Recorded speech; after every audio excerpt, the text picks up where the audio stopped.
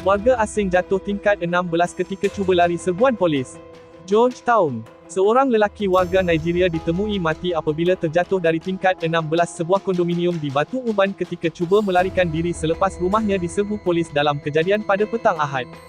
Ketua Polis Daerah Timur Laut, Asisten Komisioner Razlam Abdul Hamid berkata, serbuan dilakukan pasukan Jabatan Siasatan Jenayah Narkotik Ibu Pejabat Polis Kontingen Pulau Pinang pada jam 6 petang berikutan maklumat aktiviti pengedaran dadah yang dilakukan di premis berkenaan.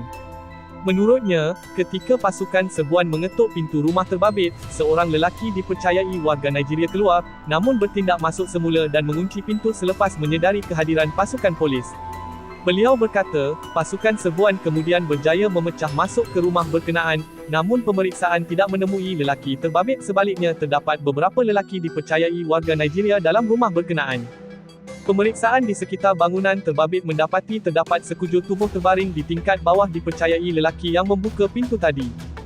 Seorang lagi rakan mereka berjaya ditangkap ketika cuba melarikan diri di tingkat 8 kondominium terbabit, katanya ketika ditemui pemberita di lokasi kejadian. Mengulas lanjut mengenai serbuan itu, Razlam berkata, pihaknya menemui sejumlah dadah jenis ekstasi dan syabu dalam rumah yang disewa mereka. Katanya, siasatan lanjut mengenai status kemasukan mereka ke negara ini masih dalam siasatan. Kes disiasat mengikut Seksyen 39B Akta Dadah Berbahaya 1952, manakala kes suspek mati akibat jatuh dari kondominium terbabit diklasifikasikan sebagai mati mengejut, katanya.